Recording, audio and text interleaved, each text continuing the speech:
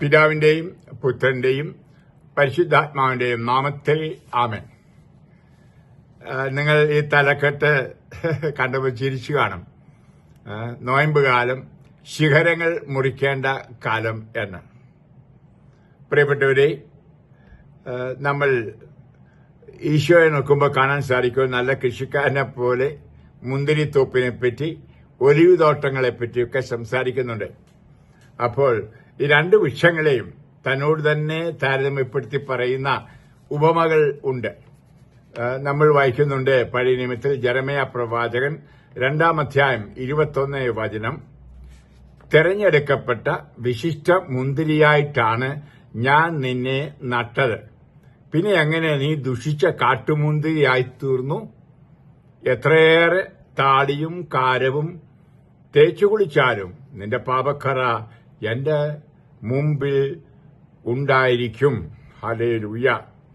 പ്രിയപ്പെട്ടവരെ, ജെറമ്യാ അധ്യായം 2:21, അതായത് നമ്മളെ നല്ല മുന്തിരി ചെടികളായിട്ട് നട്ടു കർത്താവ്. മാമോദീസായിലൂടെ പരിശുദ്ധാത്മാവിൽ പുതിയ ജന്മം നൽകി പുത്രനും പുത്രിയും ദൈവപുത്രനും ദൈവപുത്രിയുമാക്കി അങ്ങനെ നല്ല ഫലങ്ങൾ പുറപ്പെടുവിക്കുന്ന മുന്തിരിയായി തീരുവാൻ.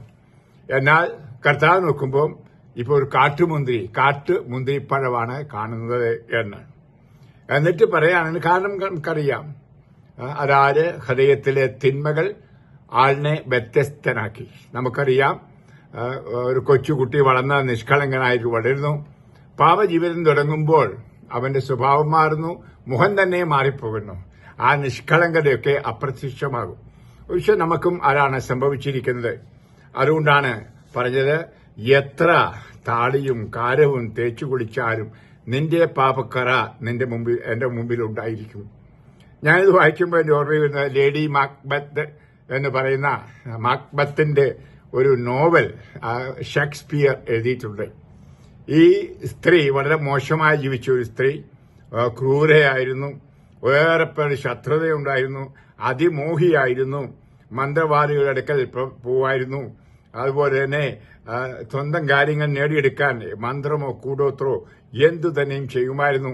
കാര്യസ്ഥനായ ഡങ്കനെ കൊല്ലാൻ നിർദ്ദേശം നൽകി അവസാനം രോഗിയായി കിടക്കുകയാണ്.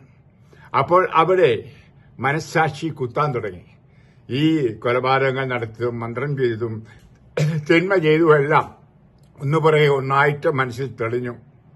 അപ്പോൾ കരങ്ങൾ നീട്ടിക്കൊണ്ട് പറഞ്ഞു, എന്റെ പാപം ആർക്ക് മാറ്റിക്കളയാൻ സാധിക്കും?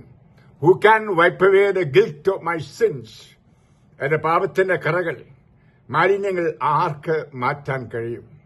ഇതൊരു ഡ്രാമ ആയിട്ട് ലണ്ടനിൽ അഭിനയിക്കുമ്പോൾ സ്ക്രീനിൽ സ്റ്റേജിൽ എല്ലാവരും ഇത് കണ്ടുകൊണ്ടിരിക്കുകയാണ്. അപ്പോൾ നിശബ്ദമായ സമയത്ത് കരഞ്ഞ് ഈ സ്ത്രീ പറയുന്ന അവസരത്തിൽ ഒരു ചെറുപ്പക്കാരൻ എഴുന്നേറ്റ് പറഞ്ഞെന്തെന്നറിയാമോ? കുമ്പസാരത്തിന് കഴിയും. ഹല്ലേലൂയ എന്ന് പറഞ്ഞാൽ ദ കൺഫെഷൻ ക്യാൻ, മാനസാന്തരത്തിലൂടെയുള്ള കുമ്പസാരം വഴി പാപക്കറ കഴുകാം. ഈ മക്ബത്തിൽ പറഞ്ഞിരിക്കുന്നതാണ്. എത്ര കാരമോ താളിയോ എന്നെ ഉപയോഗിച്ചാലും എന്റെ ഹൃദയം ശുദ്ധമാകിയില്ല. പ്രിയപ്പെട്ട, ഇതിന്റെ ഓർമ്മ വരികയായിരുന്നു ഞാൻ ഈ വചനം വായിച്ചപ്പോൾ. നമ്മൾ യോഹന്നാൻ എഴുതിയ സുവിശേഷത്തിൽ 15-ാം അധ്യായം മുന്തിരിയും ശാഖകളും എന്ന് പറയുന്ന ഭാഗത്ത് കർത്താവ് പറയുന്നുണ്ടല്ലോ, ഞാൻ സാക്ഷാൽ മുന്തിരി ചെടിയും എന്റെ പിതാവ് കൃഷിക്കാരനുമാണ്. എന്റെ ശാഖകളിൽ ഫലം തരാത്തതിനെ അവിടുന്ന് നീക്കിക്കളയുന്നു, എന്നാൽ ഫലം തരുന്നതിനെ കൂടുതൽ കായ്ക്കാനായി അവിടുന്ന് വെട്ടിയൊരുക്കുകയും ചെയ്യുന്നു. രണ്ട് തരത്തിലുള്ള മുറിച്ചു കളച്ചിൽ ഉണ്ട്. രണ്ട് തരത്തിലുള്ള ശിഖരം മുറിക്കൽ. ഒന്ന് ഫലം തരാത്ത ശിഖരം. യേശുവാകുന്ന മുന്തിരിയിൽ ശിഖരങ്ങളാണ് നമ്മൾ. അപ്പോൾ ഫലമില്ല എങ്കിൽ വെട്ടി തീയിലെറിയും എന്ന്. വേറൊന്ന് കൂടുതൽ ഫലം തരാനുള്ള മുറിക്കൽ. മുന്തിരി കൃഷിക്കാർക്ക് അതറിയത്തുള്ളൂ. വിളവെടുപ്പിന്റെ കാലമാകുമ്പോൾ മുന്തിരിത്തോട്ടത്തിലൂടെ നടന്നതിന്റെ അറ്റമെല്ലാം മുറിച്ചു കളയും. കാണുമ്പോൾ നമുക്ക് സങ്കടം തോന്നും. നല്ല തളുത്തു നിൽക്കുന്ന തളിർ ഇലകൾ മുറിച്ചു കളയും. അത് കഴിയുമ്പോഴാണ് മുന്തിരിക്കൊല വരുന്നത്. ഹല്ലേലൂയ. മുന്തിരി കൃഷിക്കാർക്ക് അതറിയത്തുള്ളൂ. അപ്പോൾ നമ്മുടെ ജീവിതത്തിൽ നമ്മൾ മോശമായി ജീവിച്ച് ഫലം തരാത്ത വൃക്ഷമാണെങ്കിൽ കർത്താവ് നമ്മളെ വെട്ടിക്കളയും എന്ന് പറഞ്ഞാൽ നമുക്ക് നാശം എന്നാണ് എന്റെ അർത്ഥം. ആത്മീയമായിട്ടും ഭൗമികമായിട്ടും എല്ലാം ഈശോയുമായി ഒട്ടിച്ചേർന്ന് ജീവിച്ചില്ല എങ്കിൽ. ഇനിയും മറ്റൊന്ന്, നമ്മുടെ അനുദിന ജീവിതത്തിലെ കുരിശുകൾ, സങ്കടങ്ങൾ, അതും മുറിക്കലാണ്. ചില ഇഷ്ടങ്ങൾ ഒരുപക്ഷെ നമുക്ക് കിട്ടാതെ വരുന്നു, നമ്മൾ ആഗ്രഹിക്കുന്നത് കിട്ടാതെ വരുന്നു, നമ്മുടെ സുഖസൗകര്യാദികൾക്ക് കുറവ് വന്നിരിക്കുന്നു, അല്ലെങ്കിൽ ആഗ്രഹിച്ച ജോലി കിട്ടിയില്ല, ആഗ്രഹിച്ച പെണ്ണെ കെട്ടാൻ പറ്റിയില്ല, ചെറുക്കനെ കെട്ടാൻ പറ്റിയില്ല, ആഗ്രഹിച്ച സ്വത്ത് എനിക്കില്ല, അല്ലെങ്കിൽ ആഗ്രഹിച്ച ഒരു വീട് പണിയാൻ പറ്റിയില്ല. അങ്ങനെയേറെ ആഗ്രഹങ്ങൾ സാധിക്കാതെ വന്നത്, അതൊക്കെ വരുമ്പോൾ അത് സഹനമുണ്ട്. അല്ലെങ്കിൽ കടം വന്നു, കടം മേടിച്ചിട്ട് തിരിച്ചു കൊടുക്കാൻ മേല, അല്ലെ രോഗിയായി മാറി, ഇങ്ങനെ പല പല കാര്യങ്ങൾ കൊണ്ട് നമുക്കാണ് സാധിക്കും അനുദിന കുരിശുകൾ. നമ്മളതിനെ കുരിശെന്ന് പറയുന്നു. എന്നാൽ ഈശോ അത് അനുവദിക്കുകയാണ്, അത് നമുക്ക് കൂടുതൽ ഫലം പുറപ്പെടുവിക്കുവാൻ. ഹല്ലേലൂയ. പ്രിയപ്പെട്ടവരെ, കഥാനെപ്പോലുള്ള സഹനങ്ങളെല്ലാം നമുക്ക് ധാരാളം അനുഗ്രഹത്തിന്റെ നിമിഷങ്ങളാണ്. എന്റെ അനുഭവത്തിൽ നിന്ന് അത് ഞാൻ പറയുകയാണ് മക്കളെ. ഏറെ സഹനം വരുന്തോറും കർത്താവിന്റെ വേറെ അനുഗ്രഹങ്ങൾക്ക് അത് ഞാൻ പാത്രമാവുകയാണ്. അതുകൊണ്ട് സഹനങ്ങൾ ഒരിക്കലും നിരാകരിക്കരുത്, ഒരിക്കലും അത് ശപിച്ച് കളയരുത്, ശാപമാണ് എന്ന് കരുതരുത്. സഹനം അനുഗ്രഹപ്രദമാണ്. 1 പത്രോസ് 4 പറയുന്ന പോലെ യേശുവിന്റെ സഹനത്തോട് ചേർന്ന് സഹിക്കുന്നവർ ഭാഗ്യവാന്മാർ. ഭാഗ്യവാന്മാരെന്ന് പറഞ്ഞാൽ വിശുദ്ധനാകുന്നതിന് തൊട്ടു മുമ്പുള്ള സ്റ്റേജാ. നമുക്ക് ആദ്യം ഭാഗ്യപ്പെട്ടവൻ വിളിച്ച ആ വിശുദ്ധന് സഭ വിളിക്കുന്നത്. അപ്പോൾ ഈ സഹനത്തിലൂടെ കടന്നു പോകുന്നവർ ഭാഗ്യപ്പെട്ടവരായി മാറുകയാണ് എന്നോർക്കണം. ഈ ഭാഗ്യം പലരും നിരാകരിക്കാറുണ്ട്, വേണ്ട എന്ന് വയ്ക്കാറുണ്ട്, കാരണം ഭാരം ആയിട്ട് കരുതാറുണ്ട്. അതുകൊണ്ട് നമുക്ക് അങ്ങനെയുള്ള മുറിക്കലുകളെ സന്തോഷത്തോടെ സ്വീകരിക്കുവാൻ പരിശ്രമിക്കുന്നത് നല്ലതാണ്. നമ്മൾ റോമാക്കാർക്ക് എഴുതിയ ലേഖനം 5-ാം അധ്യായം 4 ഇപ്രകാരം വായിക്കുന്നുണ്ട്. എന്തെന്നാൽ കഷ്ടത മാത്രമല്ല, നമ്മുടെ കഷ്ടതകളിലും നാം അഭിമാനിക്കുന്നു. നമ്മുടെ കഷ്ടതകളിലും നാം അഭിമാനിക്കുന്നു. റോമ 5:3. തുടർന്ന് പറയാ 4 എന്തെന്നാൽ കഷ്ടത സഹനശീലവും, സഹനശീലം ആത്മധൈര്യവും, ആത്മധൈര്യം പ്രത്യാശയും ഉളവാക്കുന്നു എന്ന് നാം അറിയുന്നു. പ്രത്യാശ നമ്മെ നിരാശരാക്കുന്നില്ല, കാരണം നമുക്ക് നൽകപ്പെട്ടിരിക്കുന്ന പരിശുദ്ധാത്മാവിലൂടെ ദൈവത്തിന്റെ സ്നേഹം ഹൃദയങ്ങളിലേക്ക് ചൊരിയപ്പെട്ടിരിക്കുന്നു. ഹല്ലേലൂയ. എന്ന് പറഞ്ഞാൽ ഈ സഹനങ്ങളിലൂടെ കടന്നു പോകുമ്പോൾ കൂടുതൽ കൂടുതലായിട്ട് ദൈവാനുഗ്രഹങ്ങൾ നമ്മളിലേക്ക് വാരി വിതരപ്പെടും. നമുക്ക് ഈശോയോട് പ്രാർത്ഥിക്കാം.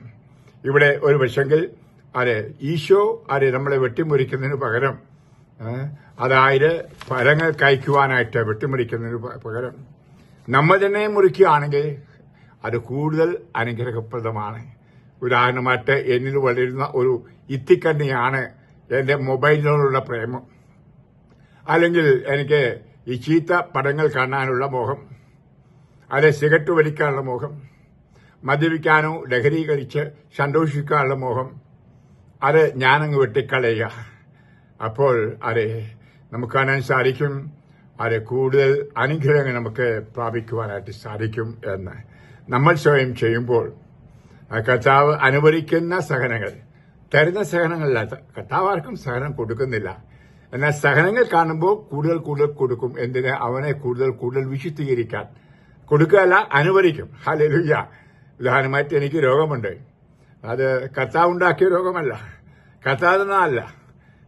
എന്റെ രോഗാണുക്കൾ കൊണ്ട് അല്ലെങ്കിൽ എന്റെ ശരീരത്തിലെ ബലഹീനതയിൽ വന്നതാണ്. പക്ഷേ ഞാൻ കർത്താവിന് സന്തോഷത്തോടെ കാഴ്ചവെക്കുന്നു, സമർപ്പിക്കുന്നു. അപ്പോഴാണ് ഭാഗ്യപ്പെട്ടതായി തീരുന്നത്. മാത്രമല്ല, ഞാൻ തന്നെ ചില സഹനങ്ങൾ ഏറ്റെടുക്കുന്നു. ഒരു നേരമായിരിക്കാം, പ്രായശ്ചിത്ത പ്രവൃത്തികളായിരിക്കാം, അല്ലെങ്കിൽ ചില സാധനങ്ങൾ വേണ്ട എന്ന് വർജിക്കുകയായിരിക്കും. മാംസം വർജിക്കുന്നു, അല്ലെങ്കിൽ ഏതെങ്കിലും ഇഷ്ടമുള്ള ഭക്ഷണ സാധനങ്ങൾ വർജിക്കുന്നു. അതാണല്ലോ നോയമ്പ് കാലത്ത് നമ്മൾ ചെയ്യുന്നത്. അങ്ങനെ മുറിക്കുമ്പോൾ ഒരു സഹനമുണ്ട്. കർത്താവിന് കൂടുതൽ പ്രസാദകരം ആണ്. നമ്മൾ അതായത് ചുറ്റുപാടിൽ സഹനങ്ങൾ വരുന്ന നോക്കിയിരിക്കാതെ ഒരു പക്ഷേ നമ്മൾ തന്നെ തിന്മയിലേക്ക് ചരിഞ്ഞിരിക്കുന്നു, നമ്മൾ തന്നെ കാട്ടുമുന്തിരിയായി അല്ലെങ്കിൽ ഒലിവായി മാറി അപ്പോൾ അത് മുറിക്കുകയാണ്.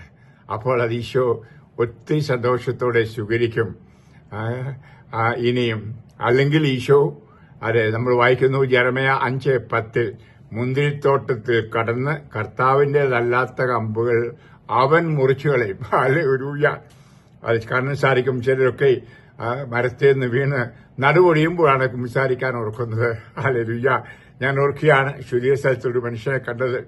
ഞാൻ കാര്യഭവനിലായിരിക്കുമ്പോൾ മദ്യപാനി എന്ന് വെച്ചാൽ പൂര മദ്യപാനി. ധ്യാനമൊക്കെ കൂടും, ഒരു ദിവസം പോലും പ്രതിജ്ഞ കാക്കാൻ പറ്റുന്നില്ല. അങ്ങനെ അത് ഒരിക്കൽ വീണ്ടും ധ്യാനത്തിൽ വന്നപ്പോൾ ഞാൻ പറഞ്ഞടാ, നിന്റെ കുടി മാറാതെ നീ സ്വർഗത്തിൽ പോവുകയില്ല, നരകത്തിലേ പോവുള്ളൂ. ശവിച്ചൊന്നുമല്ല, അവനെ ഇങ്ങനെ പറഞ്ഞു. എനിക്ക് ദൈവാനുഭവം ഉണ്ടായി. മരണാനന്തര അനുഭവത്തിൽ അവനെ സ്വർഗത്തിൽ വെച്ച് കണ്ടു. ഹല്ലേലൂയ. ഞാൻ ഒരു വിഷയം നിങ്ങൾ എന്റെ പുസ്തകത്തിൽ വായിച്ചു കാണും. മരണാനന്തര ജീവിതത്തെപ്പറ്റി ഞാൻ പറഞ്ഞിരിക്കുന്ന നിത്യരെ ദർശിച്ച നിമിഷങ്ങളിൽ.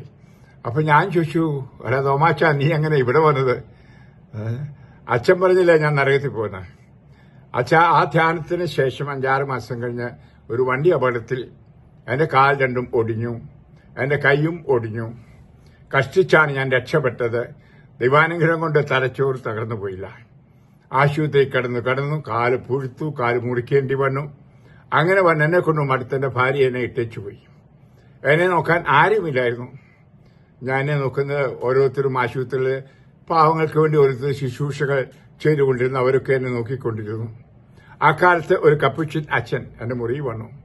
എന്റെ ഈ സഹനങ്ങൾ, ഈച്ച ആർത്ത് കിടക്കുന്ന എന്റെ മുറിവുകൾ, എന്റെ കണ്ണീര് കണ്ട് എന്നെ ആശ്വസിപ്പിച്ചു. ഞാൻ പറഞ്ഞു, അച്ഛൻ എനിക്കൊന്ന് കുമ്പസാരിക്കണം. എത്ര നാളായി മോനെ കുമ്പസാരിച്ചെന്ന് അച്ഛൻ ചോദിച്ചു. പറഞ്ഞു, എനിക്ക് ഓർമ്മയില്ല. എന്റെ ആദ്യത്തെ കുമ്പസാരത്തിന് ശേഷം ഞാൻ നല്ല കുമ്പസാരം നടത്തിയിട്ടില്ല അച്ഛ. എന്നിട്ട് പറയാണ്, ഒരു നല്ല കുമ്പസാരം നടത്തി. കുമ്പസാരത്തിന് ശേഷം ഒരു കുരിശു രൂപം ആ കപ്പിച്ചുരച്ചൻ കൈ കൊടുത്തിട്ട് പറഞ്ഞു, മോനെ, എന്നും പലപ്പോഴും കുരിശുരൂപം മുത്തിക്കൊണ്ട് നിന്റെ ഈ വേദനയെല്ലാം കർത്താവിന് സമർപ്പിക്കൂ. നീ ചെയ്ത പാപങ്ങൾക്ക് പരിഹാരം. മദ്യപാനം മാത്രമല്ല, മറ്റൊക്കെ പാപങ്ങളും ഉണ്ടായിരുന്നു എന്ന് നമുക്ക് മനസ്സിലാക്കാൻ കഴിയും. അവൻ പറയാണ്, അങ്ങനെ 6 കൊല്ലം ഞാൻ സഹിച്ചു കിടന്നു. ഞാൻ മരിച്ചു. എന്നെ സംസ്കരിക്കുവാൻ അധികം പേരൊന്നുമില്ലായിരുന്നു. ഒരച്ഛൻ വന്നു, അതും ദൈവാനുഗ്രഹമേ ഒരു കപ്പുച്ചിൻ അച്ഛനായിരുന്നു എന്ന്. ആ അച്ഛൻ എന്നെ സംസ്കരിച്ചു. ഞാനിപ്പോൾ സ്വർഗത്തിലാ. ഞാൻ 3-4 ദിവസമേ ശുദ്ധീയ സ്ഥലത്തിൽ കടന്നുള്ളൂ എന്ന്. ഹല്ലേലൂയ. പ്രിയപ്പെട്ടവരെ, ഞാൻ കണ്ട എന്റെ ദർശനത്തിൽ കണ്ടതാണ് ആ മനുഷ്യനെ. ഇപ്പോഴും ഞാൻ പലപ്പോഴൊക്കെ കാണാറുണ്ട് ആ മനുഷ്യനെ. പ്രിയപ്പെട്ടവരെ, ഞാൻ പറയാൻ കാരണം, അതിനുവേണ്ടി നമ്മൾ കാത്തിരിക്കരുത്. അതൊരു മാനസാന്തരത്തിന് കർത്താവ് ആ സഖേയൂസിനെ വിളിച്ചപോലെ വരൂ എന്ന് വിളിക്കുമ്പോൾ നമുക്ക് താഴേക്ക് വരാം. ഹല്ലേലൂയ. എളിമയോടുകൂടി അനുദപിച്ച് മാനസാന്തരപ്പെട്ട് ഈശോയെ നമ്മുടെ ഹൃദയമാകുന്ന ഭവനത്തിൽ പ്രവേശിപ്പിക്കാം. മാത്രമല്ല, നമ്മുടെ സ്വന്തം വീട്ടില് കുടുംബത്തിലേക്ക് കൊണ്ടുവരാം ഈശോയെ. എന്നാൽ നമുക്കറിയാം, അല്ലെങ്കിൽ കാത്തിരിക്കണം. സാവൂളിനെ പോലെ കുതിരപ്പുറത്തുനിന്ന് ചാടി വീഴണം. അതെ, നമുക്കറിയാം, ഏതോ മിന്നൽ വന്ന് അവനെ താത്തിയിട്ടു എന്നാ പറയും. അതിനുവേണ്ടി കാത്തിരിക്കരുത്. മിന്നലോ ഇടിയോ വണ്ടിയിടിയോ അല്ലെങ്കിൽ ഇലക്ട്രിസിറ്റിക്ക് ഒരടിയോ അല്ലെ കൊടും മഴയോ ഒന്നും വരാൻ ഇടയാകാതെ നിങ്ങൾ തന്നെ ശാന്തമായി കർത്താവിന്റെ സ്വരം കേട്ടുകൊണ്ട് വരൂ എന്ന് പറയുന്ന വാക്ക് കേട്ടുകൊണ്ട് ശാന്തമായിട്ട് ഇറങ്ങി വന്ന് നല്ല മുന്തി ശാഖകളായിട്ടിരിക്കട്ടെ. കർത്താവിൽ ധാരാളം ഫലം പുറപ്പെടുവിക്കുവാൻ. അതെ, ഞാൻ ഒട്ടിച്ചു വെക്കുന്നതിനെ പറ്റി പിന്നീട് പറയാം. ആദ്യത്തെ മുറിവാണ് നമ്മൾ നോക്കേണ്ടത്. അതെ, ഈ കാലഘട്ടത്തിൽ നമ്മൾ പലതും മുറിച്ചു കളയാനുണ്ട്. നമുക്ക് ഒത്തിരി ദുശീലങ്ങളുണ്ട്, അതാണ് മുറിച്ചു കളയേണ്ടത്. അത് കഴിയുമ്പോൾ കർത്താവിന് വലിയ അനുഗ്രഹമായിരിക്കും. ആ മുറിവുകൾ വെച്ചുകൊടുത്ത കർത്താവ് വെച്ചുകെട്ടും. അപ്പോൾ നമ്മൾ അവിടുത്തോടുകൂടിയായിരിക്കും ഒന്നായിത്തീരുന്ന അവിടുത്തെ മുറിവോടുകൂടി. അങ്ങനെ അവിടുന്ന് നമുക്ക് ആ ജീവരസം നമ്മളിലേക്ക് ഒഴുകി അത് നമ്മളെ വിശുദ്ധീകരിക്കും, നമ്മളെ വിശുദ്ധർ ആക്കും. വിശുദ്ധരാകാനുള്ള വിളിയാണ് നമ്മുടെ വിളി, മക്കളെ. അതുകൊണ്ട് നമുക്ക് അത് ഏതൊക്കെ ദുശീലങ്ങൾ, ബന്ധനങ്ങൾ, അശ്ലീല കൂട്ടുകെട്ടുകൾ, പാപത്തിന്റെ സാഹചര്യങ്ങൾ മുറിച്ചു കളയണമോ അത് മുറിച്ചു കളയാം. വേദനയുള്ളതാണ്. ഇഷ്ടമുള്ള കള്ളു കുടിക്കാൻ കൂടുന്ന കൂട്ടുകാരനെ ഉപേക്ഷിക്കാൻ വേദന കാണും. ഏറ്റവും എനിക്ക് ഇഷ്ടമുള്ള രാത്രിയിലെ ഏറ്റവും ഉറങ്ങാനായിട്ട് എന്നെ സഹായിക്കുന്നതായിരിക്കാം സിനിമ കാണുന്നത്. പണ്ടൊക്കെ, ഇപ്പോൾ മൊബൈൽ കാണുന്നത്. അല്ലെങ്കിൽ ഞാൻ സ്വയം ഭോഗം ചെയ്യുന്നത്, ഇങ്ങനെ ഏറെ ദുശീലങ്ങൾ ഒരു പക്ഷെങ്കിൽ ഉണ്ടായിരിക്കും. മുറിക്കുമ്പോൾ ഈശോയുടെ കൃപ വരും, ഫലം പുറപ്പെടുവിക്കുന്ന ശാഖകളായിട്ട് മാറും. ഈശോ നിങ്ങളെ അനുഗ്രഹിക്കട്ടെ എന്ന് പ്രാർത്ഥിക്കുന്നു. നിങ്ങൾ ഓരോരുത്തരെയും ഞാൻ ഈശോയുടെ മുറിവുകളിൽ അർപ്പിക്കുന്നു, ഈശോയുടെ ആ രക്തത്തിൽ അർപ്പിക്കുന്നു. വിശുദ്ധീകരണത്തിനായിട്ട്, നവീകരണത്തിനായിട്ട്, പുതിയ ജീവിതത്തിനായിട്ട്. നമ്മുടെ കർത്താവ് ഈശോ മിശിഹായുടെ കൃപയും പിതാവായ ദൈവത്തിന്റെ സ്നേഹവും പരിശുദ്ധാത്മാ സഹവാസവും നിങ്ങളിലേക്ക് കടന്നു വന്ന് നിങ്ങളെ വിശുദ്ധീകരിക്കട്ടെ. മാറ്റിക്കളയുവാൻ, മുറിച്ചു കളയുവാൻ, കത്തിച്ചു കളയുവാൻ ഭാഗ്യവും അനുഗ്രഹവും കൊടുക്കട്ടെ. അങ്ങനെ അങ്ങിൽ തഴച്ച് വളരുന്ന മുന്തിരി, ഫലം പുറപ്പെടുവിക്കുന്ന മുന്തിരിയായി തീരുവാൻ കർത്താവേ ഇടവരുത്തണമേ. ഇവരെ അനുഗ്രഹിക്കണമേ. പിതാവിന്റെയും പുത്രന്റെയും പരിശുദ്ധാത്മാവിന്റെയും നാമത്തിൽ ആമേൻ. Praise the Lord. ഹല്ലേലൂയ.